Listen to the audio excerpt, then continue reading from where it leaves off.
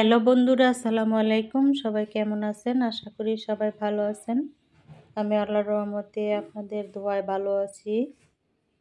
মাছ রান্না করব, তাই ঝিঙ্গে কেটে নিচ্ছি। এখানে 1 কেজি ঝিঙ্গে আছে। ঝিঙ্গা তরকারি দিয়ে বেলে মাছ রান্না করব, সেজন্য ঝিঙ্গাগুলো কেটে নিতেছি, আপনাদেরকে দেখাচ্ছি।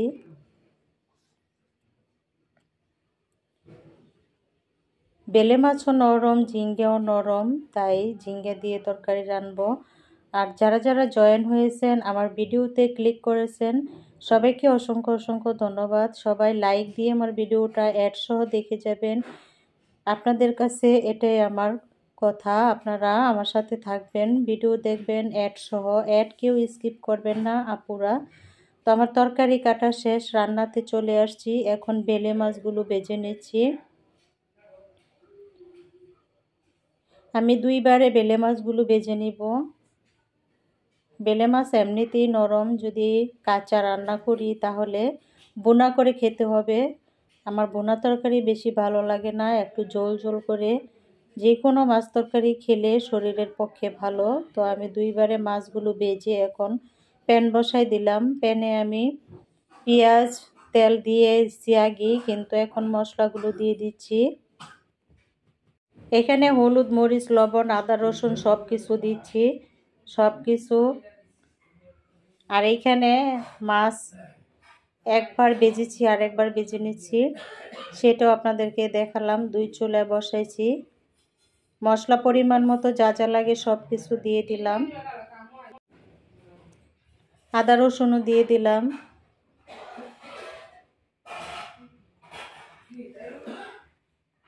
আবারও সবাইকে জানাচ্ছি, যারা যারা ভিডিও দেখতেছেন সবাইকে অনেক ধন্যবাদ।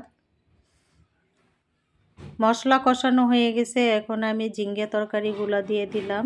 ঝিঙ্গেগুলো এখন আমি মশলার সাথে ভালো করে মিশিয়ে নিচ্ছি।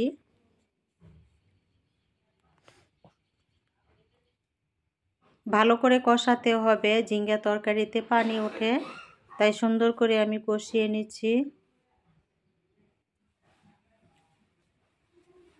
ঢাকনা দিয়ে ঢেকে আমি কষিয়ে নিলাম। এখন পরিমাণ মতো পানি দিয়ে দিলাম। পরিমাণ মতো পানি দিয়ে দিলাম। এখন ঢাকনা দিয়ে আমি ঢেকে দিব। ঢাকনা তুলে এখন আমি দেখলাম বলক এসে গেছে, তাই এখন আমি ভেজে রাখা মাছগুলো দিয়ে দিব।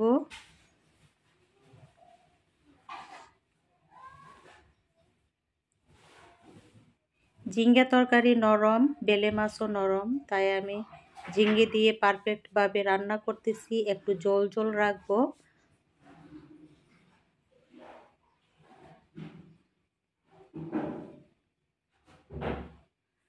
মাছগুলো দেওয়া হয়ে গেছে। এখন আমি আবারও ঢাকনা দিয়ে ঢেকে দিব।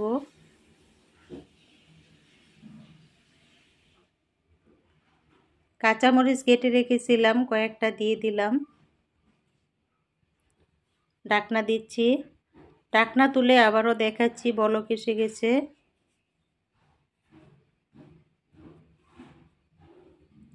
এ পর্যন্ত যারা যারা আছেন আমার বন্ধুরা, সবাইকে অনেক ধন্যবাদ। আমার পাশে থাকবেন সবাই। যারা নতুন বন্ধুরা এসেছেন আমার ভিডিওটা দেখতে, সবাই ভিডিওটা দেখে সাবস্ক্রাইব করে লাইক দিয়ে কমেন্টস করে যাবেন সুন্দর করে। আমি এখন ধনেপাতা দিয়ে দিচ্ছি, বিলেতি ধনেপাতা। এই ধনেপাতাটা খুবই সুন্দর ফ্লেভার আসে। ধনেপাতা দিয়ে দিচ্ছি।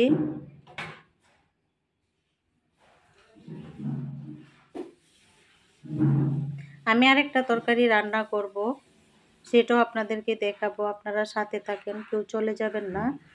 আমার প্রিয় প্রিয় আপুরা আছে, আমার সাথে সব সময় থাকে আপুরা। যারা আমার আপুরা থাকে তাদেরকে অনেক ধন্যবাদ। তো আমার মাছ রান্নার রেসিপি হয়ে গেছে। এখন আমি লতি রান্না করব চাপা শুটকি দিয়ে। আমি লতিটা এক চুলায় সিদ্ধ হওয়ার জন্য বসাই দিছি, আরেক চুলায় আমি প্যানে পেঁয়াজ কাঁচামরিচ দিয়ে দিছি, পেঁয়াজটা হওয়ার জন্য ভাজা ভাজা। তো এখন আমি পাটাতে সেচে রসুন নিয়েছি, রসুনগুলো দিয়ে দিলাম। আর এই চুলায় আরেক চুলায় আমি লতিগুলা সিদ্ধ করে নিতেছি। সিদ্ধ মানে বাপা দিয়ে নিতেছি, পানিটা ফেলে দিব। এখন পরিমাণ মতো হলুদ মরিচ দিয়ে দিচ্ছি। আমি কিন্তু এখানে অনেকগুলো রসুন দিয়েছি, রসুন বাটা, কাঁচা মরিচ, হলুদের গুঁড়া, মরিচের গুঁড়া সব কিছু দিয়ে নাড়াচাড়া করে এখন আমি আপনাদেরকে দেখাবো লতি কিভাবে রান্না করতেছি।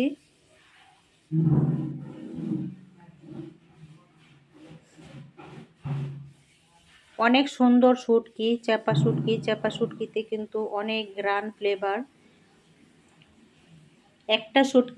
এই একটা শুটকি দিয়ে আমি অল্প পরিমাণে লতি রান্না করব। শুটকিটা দিয়ে দিলাম, দেখতেই পাচ্ছেন। এখন যে বাপা দিয়ে লতিগুলো নিয়েছি সেগুলো পানি সেকে পানি ঝরিয়ে এখন আমি দিয়ে দিলাম।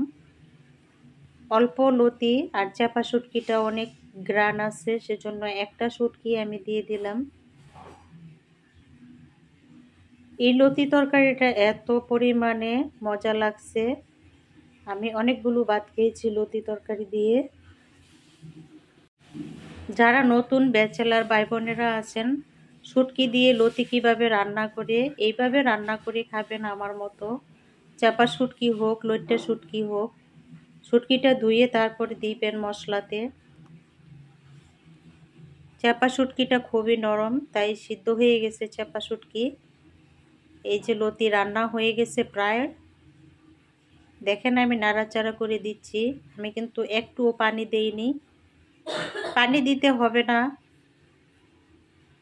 তো আমার লতি রান্নাও শেষ হয়ে গেছে। যে যেখান থেকে আমার ভিডিও দেখেছেন সবাইকে অনেক অনেক ধন্যবাদ জানাচ্ছি আপু ভাইয়ারা। এখানেও আমি ধনেপাতা দিয়ে দিব লতিতে।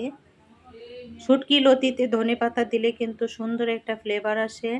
তো আমার দুইটা রেসিপি রান্না কেমন হয়েছে সবাই জানাবেন, সবাই আমার সাথে থাকবেন, আমিও আপনাদের সাথে থাকবো বন্ধুরা।